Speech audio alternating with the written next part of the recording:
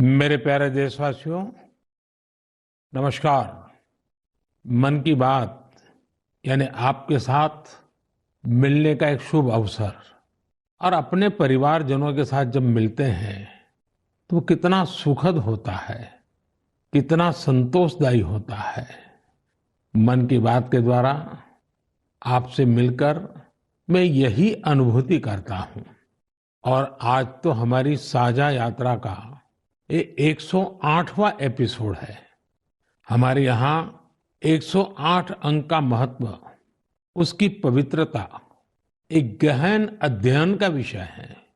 माला में 108 मन के, 108 बार जप, 108 दिव्य क्षेत्र, मंदिरों में 108 सीढ़ियां, 108 घंटियां, 108 का ये अंक असीम आस्था से जुड़ा हुआ है। इसलिए मन की बात का 108वां एपिसोड मेरे लिए और खास हो गया है। इन 108 एपिसोड्स में हमने जन भागीदारी के कितने ही उदाहरण देखे हैं, उनसे प्रेरणा पाई है। अब इस पड़ाव पर पहुंचने के बाद हमें नए सिरे से नई ऊर्जा के साथ और तेज गति से बढ़ने का संकल्प लेना है।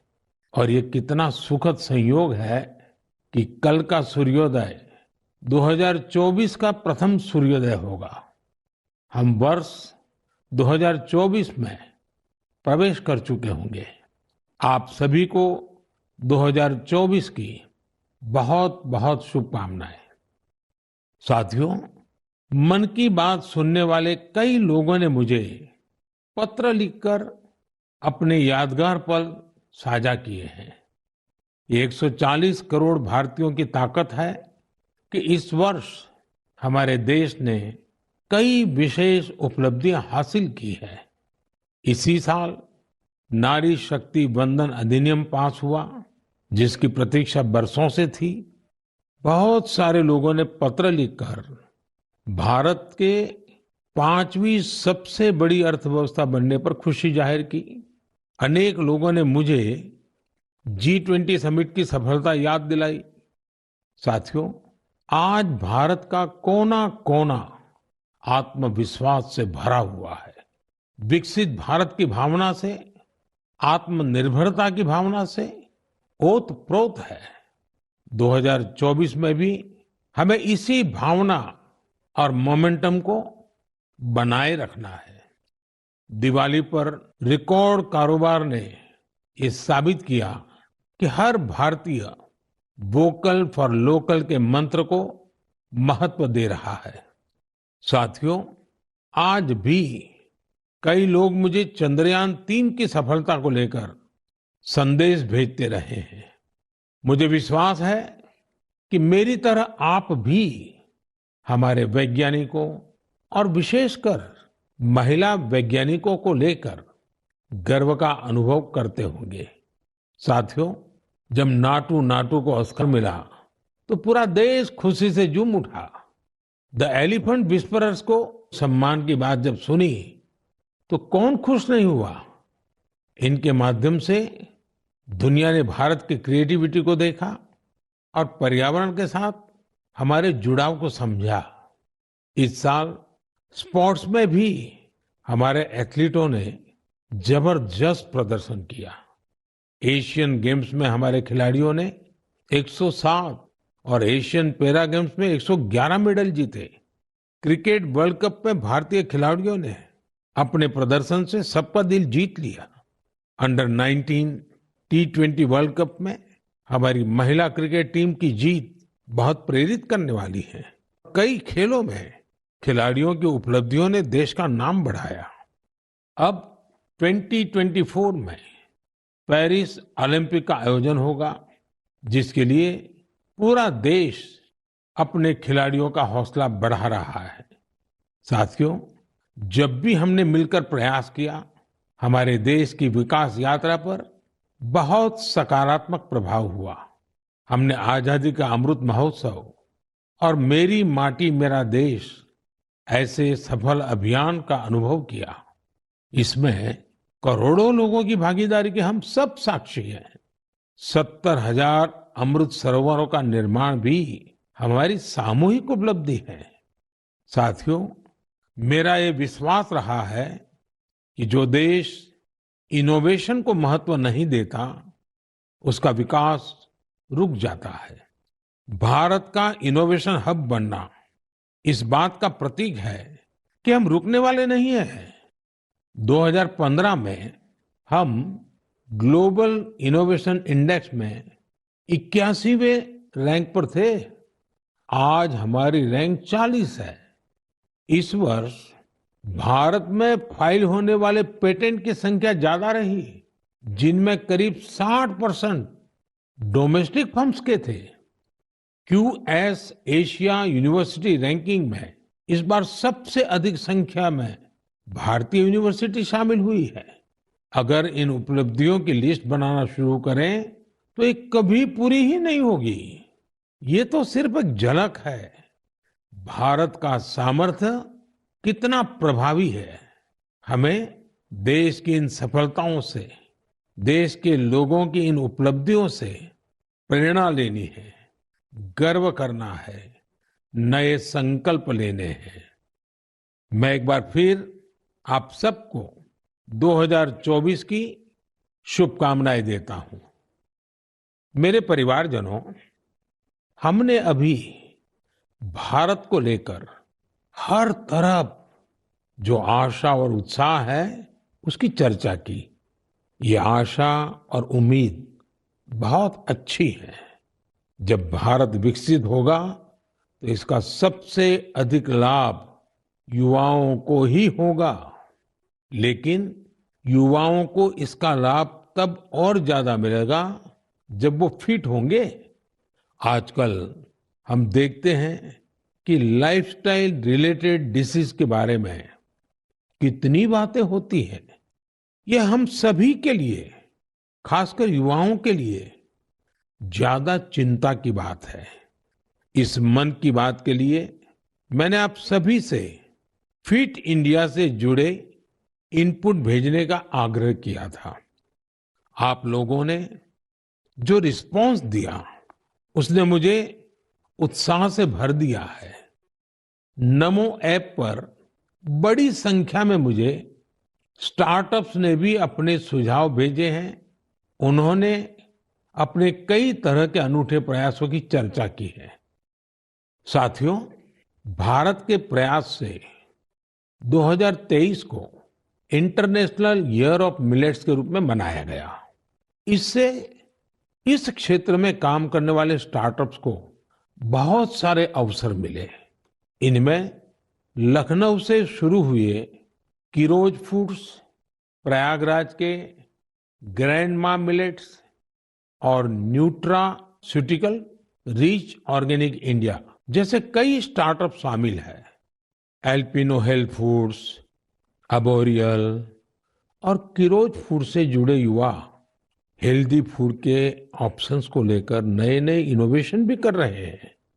बेंगलुरु के अनबॉक्स हेल्थ से जुड़े युवाओं ने ये भी बताया है कि कैसे वे लोगों को उनकी पसंदीदा डाइट चुनने में मदद कर रहे हैं। फिजिकल हेल्थ को लेकर दिलचस्पी जिस तरह से बढ़ रही है, उससे इस क्षेत्र से जुड़े कोचिज और ट्रेनर्स की डिमांड भी बढ़ रही है। जोगो टेक्नोलॉजी जैसे स्टार्टअप्स इस मांग को पूरा करने में मदद कर रहे हैं। साथियों, आज फिजिकल हेल्थ और वेलबींग की चर्चा तो खूब होती है, लेकिन इससे जुड़ा एक और बड़ा पहलू है मेंटल हेल्थ का। मुझे यह जानकर बहुत खुशी हुई है कि मुंबई के इन्फी हिल और योर दोस्त जैसे स्टार्टअप्स मेंटल हेल्थ और वेलबींग को इम्प्रूव करने के लिए काम कर रहे हैं। इतना ही नहीं, आज इसके लिए आर्टिफिशियल इंटेलिजेंस जैसी टेक्नोलॉजी का इस्तेमाल भी किया जा रहा है। साथियों, मैं यहाँ कुछ ही स्टार्टअप्स का नाम ले सकता हूँ क्योंकि लिस्ट बहुत लंबी है। मैं आप सभी से आग्रह करूंगा कि फिट इंडिया के सपने को साकार करने की दिशा में इनोवेटिव हेल्थ केयर स्टार्टअप्स के बारे में मुझे जरूर लिखते रहें। मैं आपके साथ फिजिकल और मेंटल हेल्थ के बारे में बात करने वाले जाने माने लोगों के अनुभव भी साझा करना चाहता हूं। ये पहला मैसेज सदगुरु जग्गी वासुदेव जी का है। ये फिटनेस विशेष रूप से फिटनेस ऑफ द माइंड यानी मानसिक स्वास्थ्य को लेकर अपने विचार साझा करेंगे। इस मन की बात में मन के स्वास्थ्य पर बात करना हमारा सौभाग्य है। Mental illnesses and how we keep our neurological system are very directly related. How alert, static-free and disturbance-free we keep our neurological system will decide how pleasant we feel within ourselves. What we call as peace, love, joy, blissfulness, agony, depression, ecstasy, all have a chemical and neurological basis. Pharmacology is essentially trying to fix the chemical imbalance within the body by adding chemicals from outside. Mental illnesses are being managed this way.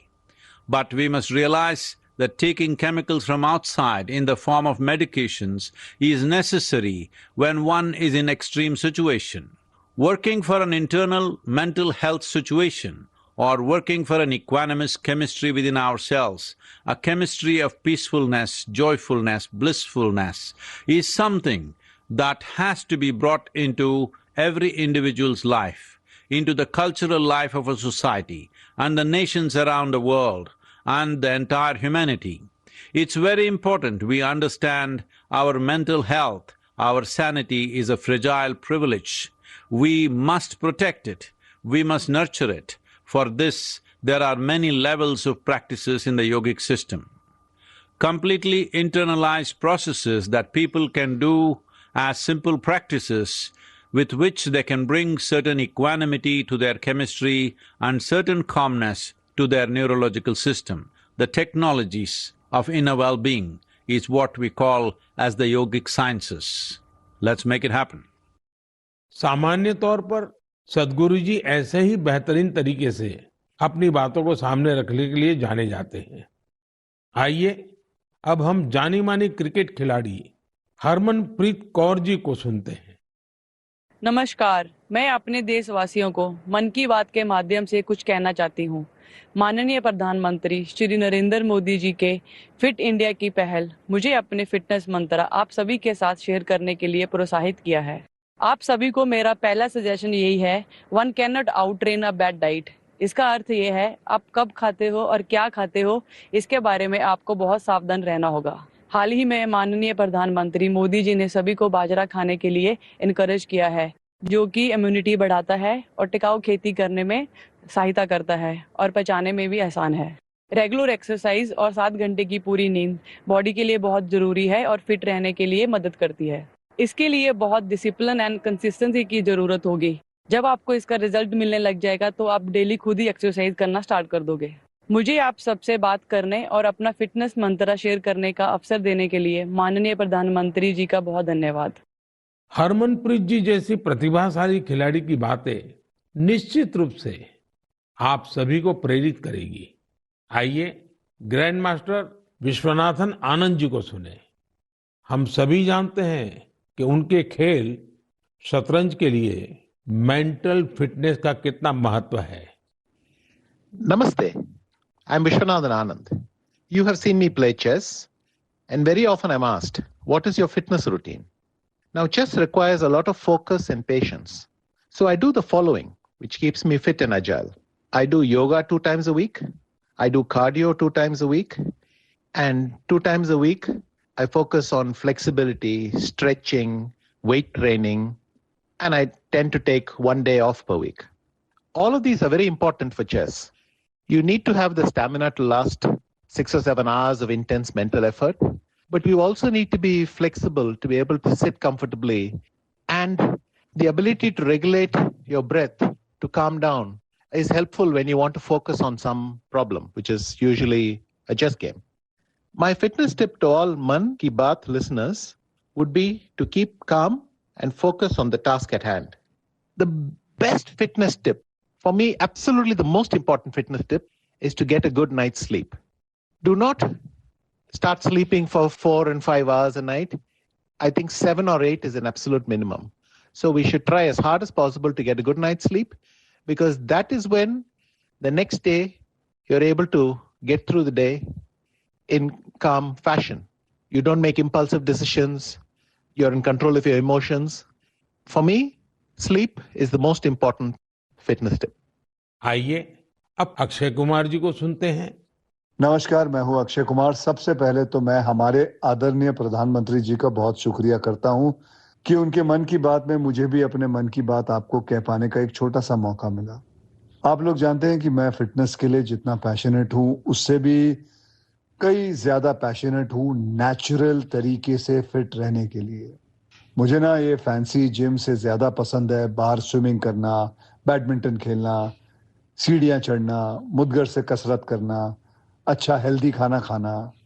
जैसे मेरा ये मानना है कि शुद्ध घी अगर सही मात्रा में खाया जाए तो हमें फायदा करता है। लेकिन मैं देखता हूं कि बहुत से यंग लड़के लड़कियां इस वजह से घी नहीं खाते कि कहीं वो मोटे ना हो जाए। बहुत जरूरी है कि हम ये समझे कि क्या हमारी फिटनेस के लिए अच्छा है और क्या बुरा है। डॉक्टर्स की सलाह से आप अपना लाइफस्टाइल बदलो, ना कि किसी फिल्म स्टार की बॉडी देखकर। एक्टर स्क्रीन पे जैसे दिखते हैं वैसे तो कई बार होते भी नहीं है। कई तरह के फिल्टर और स्पेशल इफेक्ट्स यूज होते हैं और हम उसे देखकर अपने शरीर को बदलने के लिए गलत तरीके शॉर्टकट का इस्तेमाल करना शुरू कर देते हैं। आजकल इतने सारे लोग स्टेरॉइड लेकर ये 6 पैक 8 पैक इसके लिए चल पड़ते हैं। यार, ऐसे शॉर्टकट से बॉडी ऊपर से फूल जाती है लेकिन अंदर से खोखली रह जाती है। आप लोग याद रखिएगा कि shortcut can cut your life short. आपको शॉर्टकट नहीं, लॉन्ग लास्टिंग फिटनेस चाहिए। दोस्तों, फिटनेस एक तरह की तपस्या है, इंस्टेंट कॉफी या 2 मिनट का नूडल नहीं है। इस नए साल में अपने आप से वादा करो, नो केमिकल्स, नो शॉर्टकट, कसरत, योग, अच्छा खाना, वक्त पे सोना, थोड़ा मेडिटेशन और सबसे जरूरी, जैसे आप दिखते हो ना, उसे खुशी से एक्सेप्ट करो। आज के बाद फिल्टर वाली लाइफ नहीं, फिटर वाली लाइफ जियो। Take care. जय महाकाल। इस सेक्टर में कई और स्टार्टअप्स हैं, इसलिए मैंने सोचा कि एक युवा स्टार्टअप फाउंडर से भी चर्चा की जाए जो इस क्षेत्र में बेहतरीन काम कर रहे हैं। नमस्कार, मेरा नाम ऋषभ मल्होत्रा है और मैं बैंगलोर का रहने वाला हूं। मुझे ये जानकर बेहद खुशी हुई कि मन की बात में फिटनेस पर चर्चा हो रही है। मैं खुद फिटनेस की दुनिया से बिलोंग करता हूं और बैंगलोर में हमारा एक स्टार्टअप है जिसका नाम है तगड़ा रहो। हमारा स्टार्टअप भारत के पारंपरिक व्यायाम को आगे लाने के लिए बनाया गया है। भारत के पारंपरिक व्यायाम में एक बहुत ही अद्भुत व्यायाम है जो है गदा व्यायाम, और हमारा पूरा फोकस गदा और मुग्दर व्यायाम पर ही है। लोगों को जानकर आश्चर्य होता है कि आप गदा से सारी ट्रेनिंग कैसे कर लेते हैं। मैं ये बताना चाहूंगा कि गदा व्यायाम हजारों साल पुराना व्यायाम है और ये हजारों सालों से भारत में चलता आ रहा है। आपने इसे छोटे बड़े अखाड़ों में देखा होगा और हमारे स्टार्टअप के माध्यम से हम इसे एक आधुनिक फॉर्म में वापस लेके आए हैं। हमें पूरे देश से बहुत प्यार मिला है, बहुत अच्छा रिस्पांस मिला है। मन की बात के माध्यम से मैं ये बताना चाहूंगा कि इसके अलावा भी भारत में बहुत से ऐसे प्राचीन व्यायाम हैं, हेल्थ और फिटनेस से रिलेटेड विधि है जो हमें अपनानी चाहिए और दुनिया में आगे भी सिखानी चाहिए। मैं फिटनेस की दुनिया से हूं तो आपको एक पर्सनल टिप देना चाहूंगा। गदा व्यायाम से आप अपना बल, अपनी ताकत, अपना पोस्चर और अपनी ब्रीदिंग को भी ठीक कर सकते हैं। तो गदा व्यायाम को अपनाएं और इसे आगे बढ़ाएं। जय हिंद। साथियों, हर किसी ने अपने विचार रखे हैं, लेकिन सबका एक ही मंत्र है, हेल्दी रहें, फिट रहें। 2024 की शुरुआत करने के लिए आपके पास अपनी फिटनेस से बड़ा संकल्प और क्या होगा। मेरे परिवारजनों, कुछ दिन पहले काशी में एक एक्सपेरिमेंट हुआ था जिसे मैं मन की बात के श्रोताओं को जरूर बताना चाहता हूं। आप जानते हैं कि काशी तमिल संगमम में हिस्सा लेने के लिए हजारों लोग तमिलनाडु से काशी पहुंचे थे। वहां मैंने उन लोगों से संवाद के लिए artificial intelligence AI tool Bhashini का सार्वजनिक रूप से पहली बार उपयोग किया। मैं मंच से हिंदी में संबोधन कर रहा था, लेकिन एआई टूल भाषिणी की वजह से वहां मौजूद तमिलनाडु के लोगों को मेरा वही संबोधन उसी समय तमिल भाषा में सुनाई दे रहा था। काशी तमिल संगमम में आए लोग इस प्रयोग से बहुत उत्साहित दिखे। वो दिन दूर नहीं जब किसी एक भाषा में संबोधन हुआ करेगा और जनता रियल टाइम में उसी भाषण को अपनी भाषा में सुना करेगी। ऐसा ही फिल्मों के साथ भी होगा। जब जनता सिनेमा हॉल में एआई की मदद से रियल टाइम ट्रांसलेशन सुना करेगी, आप अंदाजा लगा सकते हैं कि जब ये टेक्नोलॉजी हमारे स्कूलों, हमारे अस्पतालों, हमारी अदालतों में व्यापक रूप से इस्तेमाल होने लगेगी तो कितना बड़ा परिवर्तन आएगा। मैं आज की युवा पीढ़ी से आग्रह करूंगा कि रियल टाइम ट्रांसलेशन से जुड़े एआई टूल्स को और एक्सप्लोर करें, उन्हें 100% फुल प्रूफ बनाएं। साथियों, बदलते हुए समय में हमें अपनी भाषाएं बचानी भी हैं और उनका संवर्धन भी करना है। अब मैं आपको झारखंड के एक आदिवासी गांव के बारे में बताना चाहता हूं। इस गांव ने अपने बच्चों को मातृभाषा में शिक्षा देने के लिए एक अनूठी पहल की है। मंगलो गांव में बच्चों को कुडुख भाषा में शिक्षा दी जा रही है।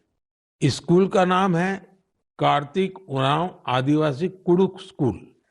इस स्कूल में 300 आदिवासी बच्चे पढ़ते हैं। कुडुख भाषा उरांव आदिवासी समुदाय की मातृभाषा है। कुडुख भाषा की अपनी लिपि भी है, जिसे तोलंग सिकी नाम से जाना जाता है। ये भाषा धीरे धीरे विलुप्त होती जा रही थी, जिसे बचाने के लिए इस समुदाय ने अपनी भाषा में बच्चों को शिक्षा देने का फैसला किया है। इस स्कूल को शुरू करने वाले अरविंद उरांव कहते हैं कि आदिवासी बच्चों को अंग्रेजी भाषा में दिक्कत आती थी, इसलिए उन्होंने गांव के बच्चों को अपनी मातृभाषा में पढ़ाना शुरू कर दिया। उनके इस प्रयास से बेहतर परिणाम मिलने लगे तो गांव वाले भी उनके साथ जुड़ गए। अपनी भाषा में पढ़ाई की वजह से बच्चों के सीखने की गति भी तेज हो गई है। हमारे देश में कई बच्चे भाषा की मुश्किलों की वजह से पढ़ाई बीच में ही छोड़ देते थे।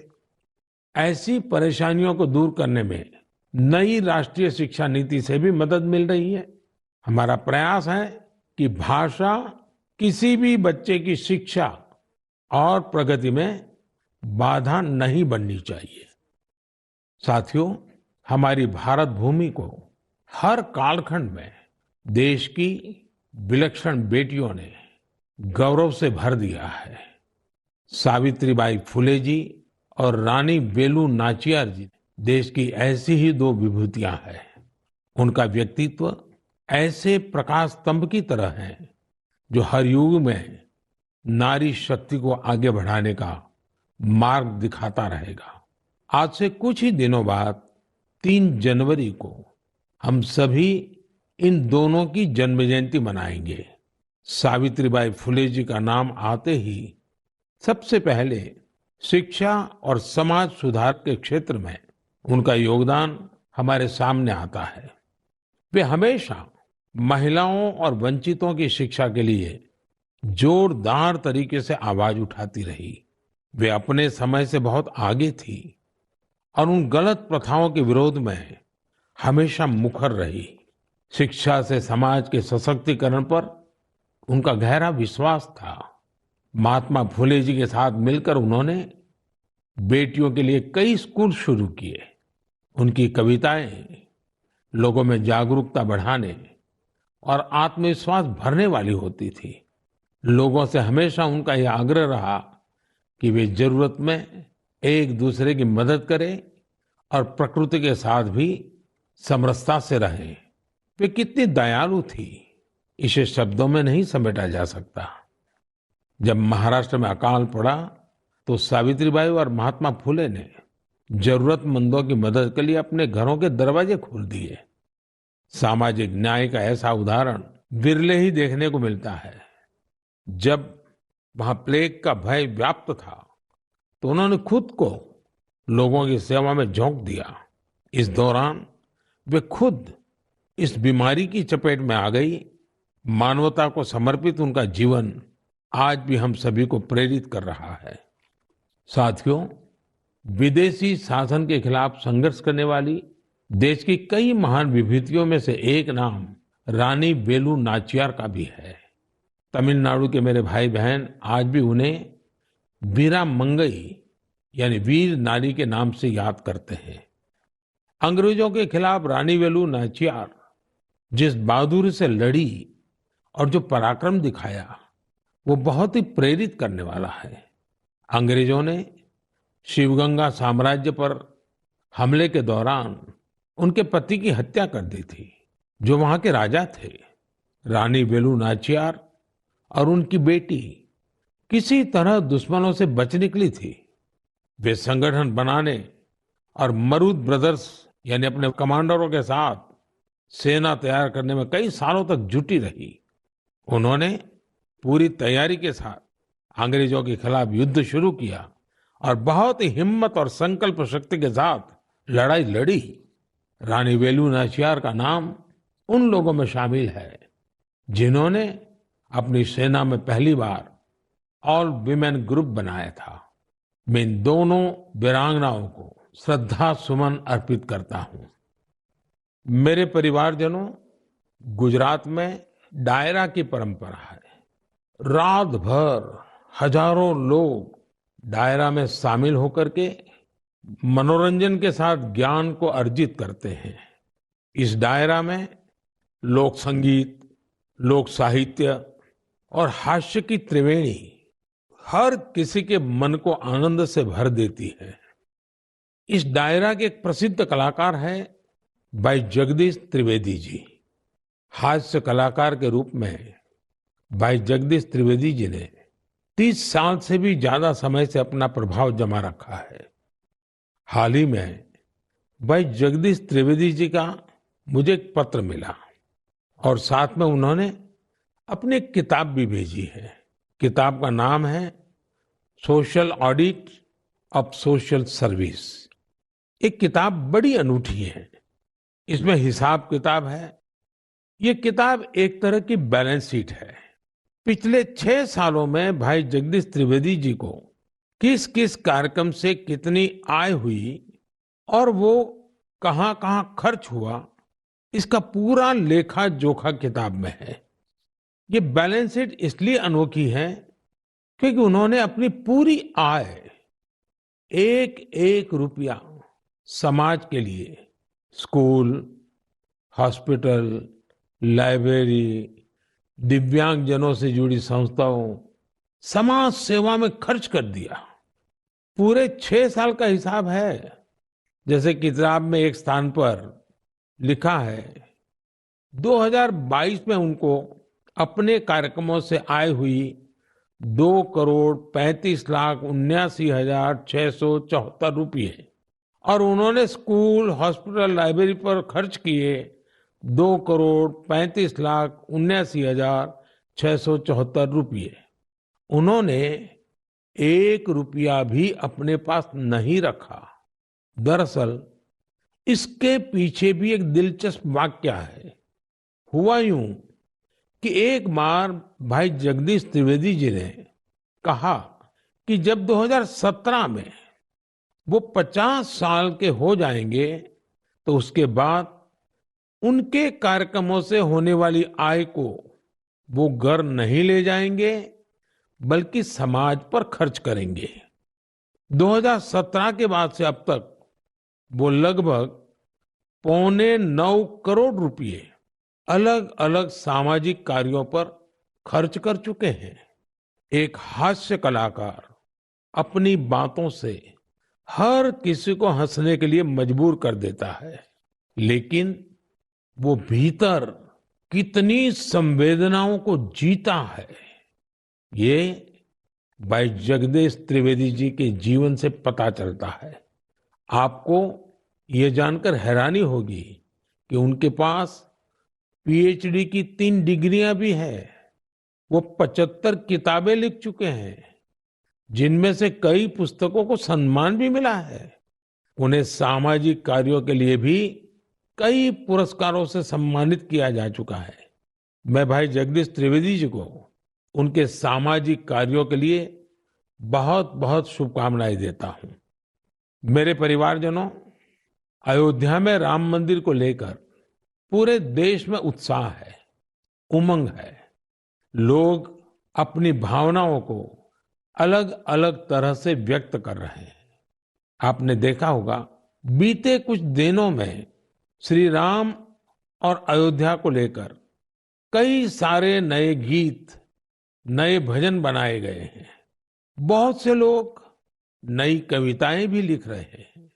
इसमें बड़े बड़े अनुभवी कलाकार भी हैं, तो नए उभरते युवा साथियों ने भी मन को मोह लेने वाले भजनों की रचना की है। कुछ गीतों और भजनों को तो मैंने भी अपने सोशल मीडिया पर शेयर किया है। ऐसा लगता है कि कला जगत अपनी अनूठी शैली में इस ऐतिहासिक क्षण का सहभागी बन रहा है। मेरे मन में एक बात आ रही है कि क्या हम सभी लोग ऐसी सारी रचनाओं को एक कॉमन हैशटैग के साथ शेयर करें। मेरा आपसे अनुरोध है कि हैशटैग श्री राम भजन के साथ आप अपनी रचनाओं को सोशल मीडिया पर शेयर करें।